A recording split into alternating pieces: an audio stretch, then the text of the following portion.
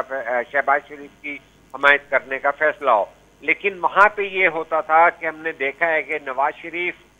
نہ صرف پنجاب اسمبلی میں بہت کم آتے تھے، اسی طرح قومی اسمبلی میں بھی کم آتے تھے، اور اس کے علاوہ جو ان کا پارلیمنٹ چاہے صوبائی تھی کابینہ چاہے ان کی مرکزی کابینہ تھی، ہمیشہ بیوروکریسی پر انحصار رہا ہے، اور ایک پیرالل کچن کیبنٹ ہوتی ہے، ان کے لائک مائنڈڈ لوگ جو ہیں ان کے ساتھ بیٹھ کر فیصلے کرتے ہیں، نتیجتاً کچھ عرصے کے بعد ان کے الیکٹیبل کی جو صفحے ہیں ان کے اندر بے چینی کی فضا بن جاتی ہے۔ تو میں یہ سمجھتا ہوں کہ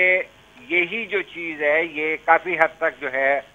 نواز شریف صاحب کی صاحبزادی میں بھی کافی ہے، چونکہ آپ یہ دیکھیے کہ ایک تو اچھی بات ہے کہ وہ نوجوان ٹیم لا رہی ہیں، مریم اورنگزیب کو ساتھ لے کے آئی ہیں، لیکن وہ انداز اس طرح ہیں کہ کیا اور بھی لوگ ینگ نہیں ہیں کہ مریمی کو آپ نے ساتھ لے کے جانا ہے؟ حالانکہ ان کا حق بنتا ہے وہ اپنی آزادی سے اپنے فیصلے کریں، لیکن جو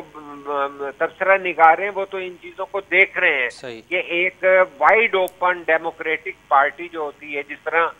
سندھ کے اندر انہوں نے نیا جو ہے اسپیکر دیا ہے، ینگ دیا ہے، اور لوگوں نے کسی نے میڈیا نے نام نہیں پہلے دے رکھا تھا، تو وہاں پر کوئی ضروری نہیں ہے کہ وہ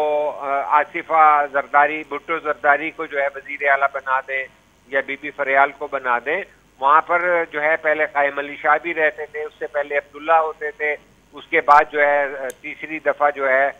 وہ بھی آ رہے ہیں وزیر اعلیٰ، حالانکہ ان کو بھی آپ ڈائنیسٹی کے اندر میڈیا کہتا رہتا ہے، لیکن میں سمجھتا ہوں کہ یہ بیوروکریسی پہ انحصار کرتے ہوئے ان کا ماضی ہے، اور آج بھی جو ہے وہ یہی کریں گے کہ جس طرح بیوروکریٹک سیٹ اپ پہ نواز شریف شہباز شریف صاحب چلتے رہے۔ آپ دیکھیے نا کہ جو پچھلی نگران حکومت میں تھی اس میں بھی جو ہے شہباز شریف صاحب کے وہ نومینیز تھے جو ان کے پانی کے سکینڈل میں اور دیگر ماضی کی حکومت کے ساتھ ان کے ساتھ سزائیں بھی بھگت چکے تھے، تو وہ بیوروکریٹک جو ہے سلیکشن کے ذریعے ڈیسیژن میکنگ کرتے ہیں اور میگا پروجیکٹ کی کرتے ہیں۔ جہاں تک ان کا سیاسی ایجنڈا ہے اس کے اندر مجھے ایک ریزرویشن ہے کہ جب ان کا نون لیگ کا جو ہے منشور نہیں آ رہا تھا اور ان پہ تنقید ہوتی تھی اور جلسے بھی نہیں شروع کیے تھے، تو جب وہ لاہور میں نکلی تھی مریم صاحبہ تو انہوں نے ٹھوکر نیاز بیگ پہ جہاں پہ اورنج ٹرین سامنے سے گزرتی ہے وہ ٹائمنگ رکھی اور کہا کہ آپ مجھے سوال کرتے ہیں، میرا منشور تو اورنج ٹرین ہے۔ میں یہ سمجھتا ہوں کہ کیا پورے پنجاب کے اندر پاکستان متحمل ہو سکتا ہے کہ اتنی کمزور معیشت کے ساتھ اورنج ٹرین بچھا دے؟ ہمارے یہاں تو جو ہے عام ٹرانسپورٹ بھی جو ہے وہ یا پینے کا پانی دینا مسئلہ ہوا ہے، مہنگائی پہ قابو کرنا۔ ہمارے یہاں تو اس وقت پرابلم یہ ہے کہ پیٹرول کیسے لائیں گے، آپ ڈیفالٹ سے کیسے بچیں گے، آپ ایکسپینسز کیسے ختم کریں گے، آپ نئے ٹیکس جو ہیں کاروباری تاجروں پہ کیسے لگائیں گے؟ کیا میں یہ سوال کر سکتا ہوں کہ جب 16 ماہ کی حکومت میں مفتاح اسماعیل صاحب نے جو ہے شہباز شریف کی حکومت میں تاجروں پر ٹیکس لگانے کی یا انہیں ٹیکس نیٹ میں لانے کی بات کی تو مریم نواز صاحبہ نے ایک ٹویٹ کیا، اور اس کے بعد مفتاح اسماعیل کو جو ایک بالکل ایک بنیادی بات ہے کہ ہمارے میڈیا کے اندر جو ڈرائیور ہیں چپڑاسی ہیں ان کو بھی تنخواہ جب ملتی ہے کہ جب وہ ان کا ٹیکس ڈیڈکٹ ہوتا ہے، لیکن کیا ہمارے تاجر جو ہیں کوئی 1000 روپیہ سال کا دینے کے قابل بھی نہیں ہے کہ وہ شٹر ڈاؤن تو کرتے ہیں، وہ یہ کہتے ہیں کہ 7 بجے کے بعد تو ہم بجلی نہیں بند کریں گے، لیکن وہ ٹیکس نیٹ کے اوپر، کیونکہ نون لیگ جو ہے بنیادی طور پر اس کا احیاء اور اس کا ایوولوشن جو ہے وہ تاجروں کی تنظیم سے ہوا، تو میں یہ سمجھتا ہوں کہ شٹر کی پالیٹکس سے ہوا، تو کیا وہ ملک کے اندر ذرائع آمدنی بڑھانے کے لیے 3 ملین 30 لاکھ 32 لاکھ تاجروں کو ٹیکس نیٹ میں لا سکیں گے؟ تو بہت سارے ایسے سوال ہیں ان کی پالیسی کے کہ چونکہ مریم صاحبہ نے کہا کہ لوگ ہمیں کہتے ہیں منشور کہاں ہے، وہ دیکھیں اورنج ٹرین جاری ہے، یہ میرا منشور ہے۔ میں یہ سمجھتا ہوں کہ یہ اورنج ٹرینیں قرضوں کی معیشت میں جب آپ کرتے ہیں، آپٹکس دیتے ہیں، بڑے شہروں کے اندر ایک ڈیبیٹیبل اور شہرت حاصل کرنے والے کہ جی ٹرین کیا بات ہے، کتنی اچھی موٹر وے ہے، ہر جگہ اس انتخابی مہم میں جو ہے نواز شریف صاحب نے اعلان کیا یہاں سے وہاں تک موٹر وے بنائیں گے۔ ایون انہوں نے کہا کہ جو یہ غیر معیاری بنی ہے سیالکوٹ والی اور یہ حیدرآباد والی، اس کو دوبارہ بنا دیں گے۔ تو ملک کے حالات تو یہ ہیں کہ ہمیں جو اب پہلے 3 ارب دینا ہے ڈالر، پھر 6 دینا ہے اور 23 تک جانا ہے دسمبر تک، اور ہماری جو ہے انفلیشن آج 31 پہ گئی ہوئی ہے، اور آپ کے پڑوس میں 6-7 کے اوپر انفلیشن ہے۔ تو کہنے کا مقصد یہ ہے کہ ہم ریئلسٹک نہیں ہیں، زمینی حقائق کے مطابق ریئلائز نہیں کر رہے۔ ہمارا میڈیا بھی جو ہے پوری انتخابی مہم جو ہے وہ موٹر وے اور اس طرح کی باتوں پہ کرتے رہے۔ ہم نے اقتصادی دشواریاں اور کس پارٹی کے پاس کیا سلوشن ہے، کاسٹ کٹ کہاں سے لگائیں گے، کہاں سے بچائیں گے، کہاں سے آپ ابھی ہم دیکھیں سود واپس نہیں کرتے، قرضے واپس نہیں کرتے، قرضوں کے اوپر سود ادا کرنے کے لیے قرضے لیتے ہیں۔ تو یہ پاکستان کے لیے بڑی گمبھیرتا ہے۔ 25 کروڑ کا ملک بن گیا ہے اور 2030 تک جو ہے ہم 50 کروڑ تک جا رہے ہیں۔ تو ہمیں یہ سارا کچھ دیکھنا پڑے گا کہ ہم تو لوگوں کو پینے کا پانی نہیں دے سکتے، خوراک کہاں سے دیں گے، تعلیم کہاں سے دیں گے، صحت کی سہولیات کہاں دیں گے۔ بڑے لیوکریٹو جو ہیں اعلانات جو ہیں، اٹریکٹیو اعلانات تو کرنا آسان ہے کہ آپ 5 شہروں کو جو ہے آئی ٹی کا اور وائی فائی کلچر میں بدل لیں گے، لیکن بنیادی طور پہ آپ یہ دیکھیے کہ جو ہمارے کتنے لوگ سطح غربت سے نیچے جا چکے ہیں، پنجاب کے اندر ہو یا سندھ کے اندر ہو، عوام الناس کے لیے کون سی ٹھیک ہے شاہین صاحب، آپ کا بہت بہت شکریہ، آپ نے ہمیں وقت دیا۔ ناظرین ہتے ننڈڑو بریک وٹھو تھا، بریک کھان پوءِ